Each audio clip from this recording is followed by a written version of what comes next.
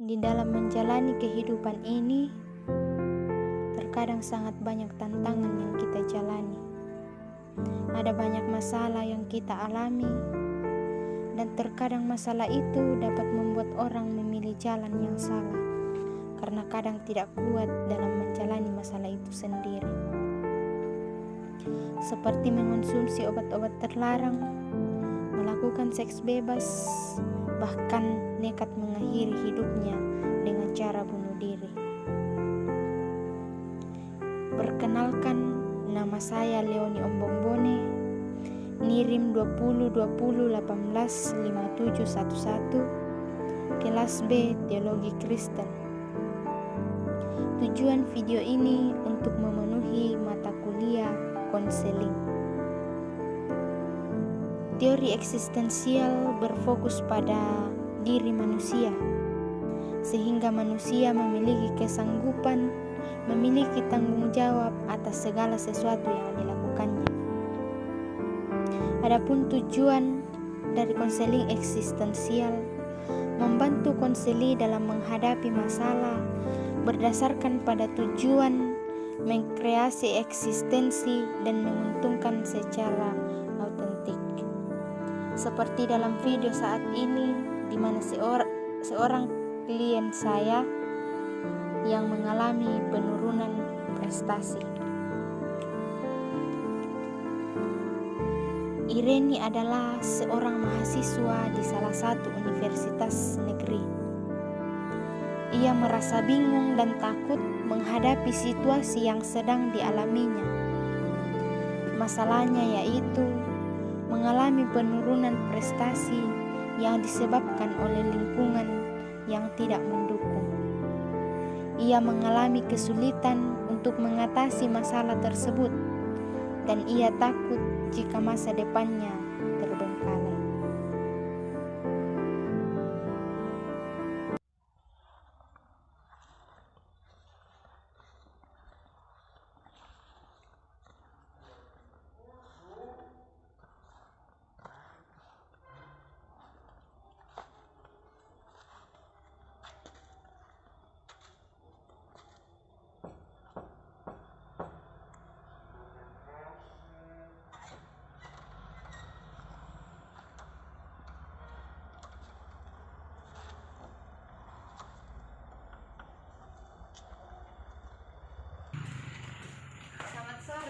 Sore Bu, silakan duduk.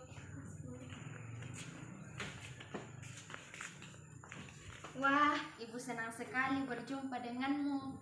Tampaknya seperti ada sesuatu yang penting. Iya Bu, sebelumnya saya mohon maaf. Apakah Ibu memiliki waktu luang pada hari ini? Hari ini Ibu tidak mempunyai kegiatan. Apakah kamu ingin menyampaikan sesuatu pada Ibu? Sejujurnya saat ini saya sedang mempunyai masalah yang cukup mengganggu pikiran saya, Bu. Kamu menyampaikan bahwa kamu sedang menghadapi masalah yang cukup mengganggu pikiranmu. Jika kamu tidak keberatan, cobalah menceritakan permasalahan itu pada Ibu. Sejujurnya saya bingung, Bu.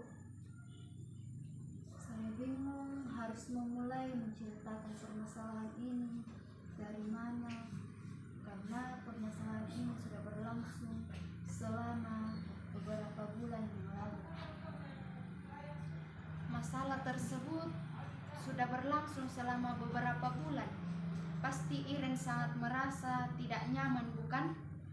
Iya Bu, Ibu benar. Memang itu yang saya rasakan hingga saat ini. Ibu bisa mengerti perasaan Iren.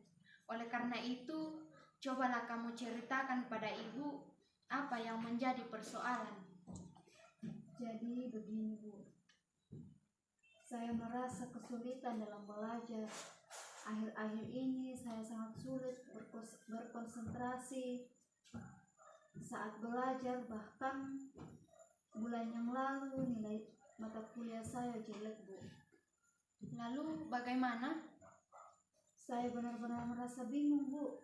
Terkadang saya juga malu kepada teman-teman sekelas saya.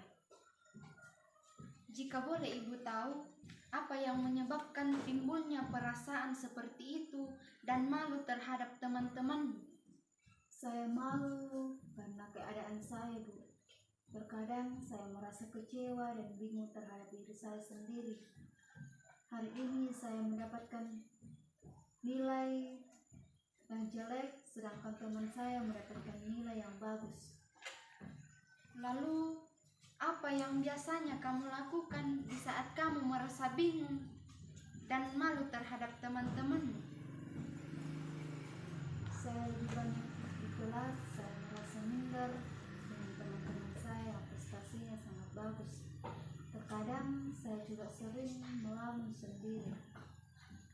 Ya, Ibu sangat memahami bagaimana perasaan Iren. Tetapi, apakah dengan kamu menjauh dari teman-teman dan hanya berdiam diri di kelas menjadikan perasaan Iren lebih baik? Tentu saja tidak.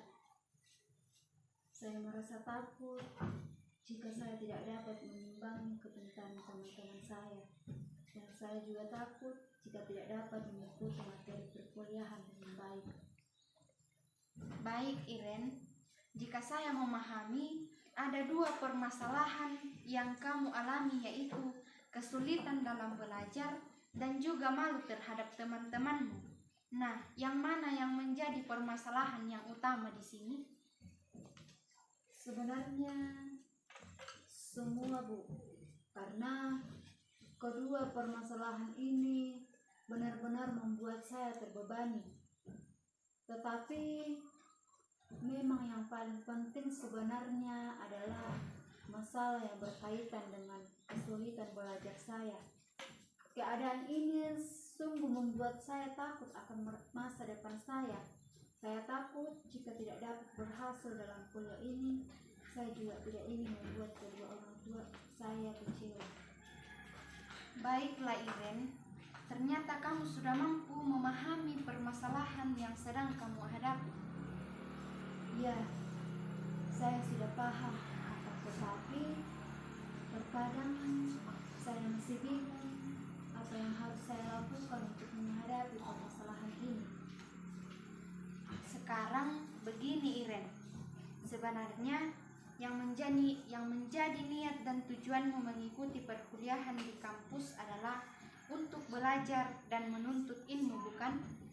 Ya, itu memang menjadi tujuan saya kuliah di kampus, untuk menuntut ilmu dan belajar sebagai bekal masa depan saya kelak. Kamu mempunyai niat dan cita-cita yang bagus.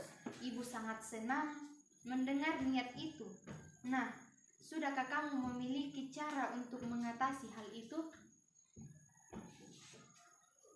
Saya benar-benar masih bingung, Bu. Oleh sebab itu, saya datang menemui Ibu meminta bantuan untuk dapat menjelaskan permasalahan ini. Baiklah, Iren. Hal itu memang bukan hal yang mudah untuk dijalani. Akan tetapi, kamu tidak perlu merasa malu dengan keadaan. Saat ini, kamu harus semangat dan memperbaiki cara belajarmu. Kenapa begitu, Bu?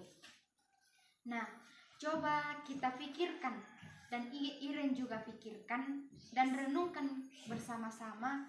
Kamu masih diberikan kesempatan untuk dapat mengikuti kuliah. Bukankah hal itu sangat luar biasa? Tidak semua orang memiliki kesempatan dalam menempuh pendidikan. Ada orang yang ingin kuliah tetapi terbatas dalam keadaan ekonomi. Tetapi tidak demikian halnya dengan kamu. Iren masih bisa kuliah dengan lancar sampai sekarang. Bukankah begitu, Iren? Iya, Bu. Apa yang Ibu sampaikan memang benar. Ibu yakin jika kamu berusaha semaksimal mungkin, kamu akan mencapai tujuan dan cita-citamu. Jangan merasa malu dengan teman-temanmu dan mintalah kepada orang tuamu sebuah dukungan. Iya, Bu. mulai saat ini saya akan melakukan seperti yang Ibu katakan. Tetapi bagaimana saya harus menghilangkan rasa malu saya dalam bergaul dengan teman-teman saya? Ibu rasa tidak ada masalah dengan hal itu. Karena segala sesuatu tergantung pada diri kita sendiri. Jika kita membawa diri kita dengan baik, semua orang pun akan menerima kehadiran kita dengan baik. Karena itu, cobalah untuk membuka diri dengan bergaul dan bergabung dengan teman-temanmu. Jangan menarik diri dari mereka dan menghindar dari mereka, karena menghindar tidak akan menyelesaikan masalah. Baik Bu, saya akan mencoba untuk melakukan dan melaksanakan saran yang telah Ibu berikan. Meskipun mungkin saya sangat butuh waktu yang cukup lama.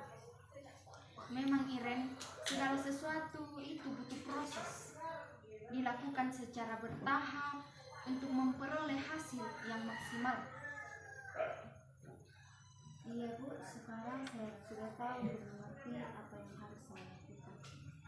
Nah, Iren, cobalah rubah cara belajarmu. Kamu boleh belajar di pagi hari karena pikiran masih fresh dan tidak terbebani oleh hal-hal lain pada saat itu. Iya Bu, mulai besok saya akan mencoba hal itu. Saya akan belajar di pagi hari karena di malam hari saya sangat sulit untuk berkonsentrasi saat belajar, sehingga prestasi saya sangat menurun. Nah, yakinlah Iren bahwa kamu bisa berhasil dan dapat meningkatkan prestasimu kembali. Iya Bu, memang benar yang Ibu katakan. Saya benar-benar sudah mengerti Bu bahwa saya harus menerima semua dengan ikhlas dan terus belajar agar dapat mencapai cita-cita saya. Terima kasih atas saran dan masukan Ibu, dan terima kasih atas waktu Ibu. Ya, baik Iren.